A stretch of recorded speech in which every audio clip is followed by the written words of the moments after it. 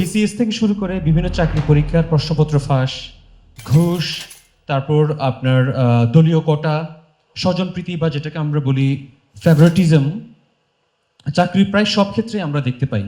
যার কারণে অনেকে কোয়ালিফাইড হওয়ার পরও, ম্যাক্সিমাম কোয়ালিফাইড হওয়ার পরও তারা কাঙ্ক্ষিত সেই জবটা পাচ্ছেন না। জামাত ইসলামী যদি ভবিষ্যতে ইনশাআল্লাহ সরকার গঠন করে, সেক্ষেত্রে তখন মেধা ছাড়া অন্য কোনো ওয়েতে যে চাকরি পাওয়া যাবে না, এই ব্যাপারটা আপনারা কিভাবে এনশিওর করবেন সেটা আপনার মুখ থেকে জানার প্রবল আগ্রহ। Thank you. উনি কনসার্ন রেজ করেছেন জব মার্কেটে নাগরিকরা তাদের জায়গাটা খুঁজে পাবে তার যোগ্যতার ভিত্তিতে, কিন্তু বাংলাদেশে দুটি কাজ যোগ্যতার এই জায়গাটাকে উলটপালট করে দেয়। একটি হচ্ছে বিভিন্ন ধরনের করাপশন, প্রশ্নপত্র পাস থেকে শুরু করে ইলিগেল রিক্রুটমেন্ট থেকে শুরু করে এই ধরনের একটা, আরেকটা হচ্ছে নেপোটিজম, আত্মীয় প্রীতি, আপনজন স্বজন প্রীতি যেটা আমরা বলি। এই দুইটা যার নাই তার অনেক ক্ষেত্রে খুব চ্যালেঞ্জিং হয়ে যায় তার জায়গাটা খুঁজে পাওয়া বা নিজের হাতে পাওয়া। আমরা কি করব যদি আমরা সরকারে যাই? দেখেন, আমার প্র্যাকটিসটা আমি বলি, এই ছোট মানুষটার কাছে কিছু কিছু মানুষ আসে, এই জায়গায় আপনি যদি একটু বলে দেন, একটা ফোন করেন অথবা দুই কথা একটু রিকমেন্ডেশনে লিখে দেন, তাহলে আমার মেয়েটার, ছেলেটার, ভাইটার চাকরিটা হয়ে যায়, জায়গাটা হয়ে যায়।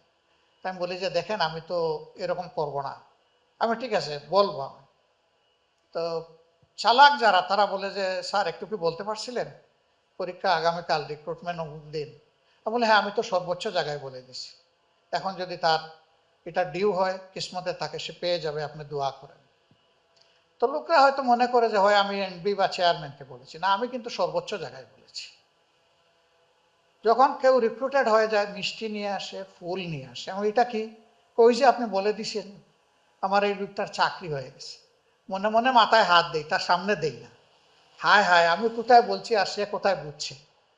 আমি বলি তো আল্লাহ তাআলাকে যে রাব্বুল আলামিন, এটা যদি তার ডিউ পায় না পাওনা হয়, তাইলে তার জন্য এটা সহজ করে দাও, নিশ্চিত করে দাও, তার হকটা যেন হারিয়ে না যায়।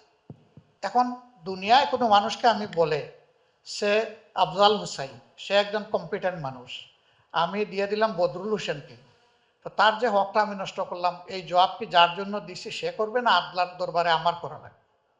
এই জন্য আমার জীবনে কোনো চাকরির জন্য কোনো ব্যক্তির কাছে আমি কোনো সুপারিশ করি না, যে আমার কারণে যেন আরেকজনের হক ডাইভার্ট হয়ে না যায়। যা আমি পছন্দ করি না, আল্লাহ আমাদেরকে বাঁচায় থাকলে এই অপছন্দের কাজ কাউকে করতে দেব না ইনশাআল্লাহ।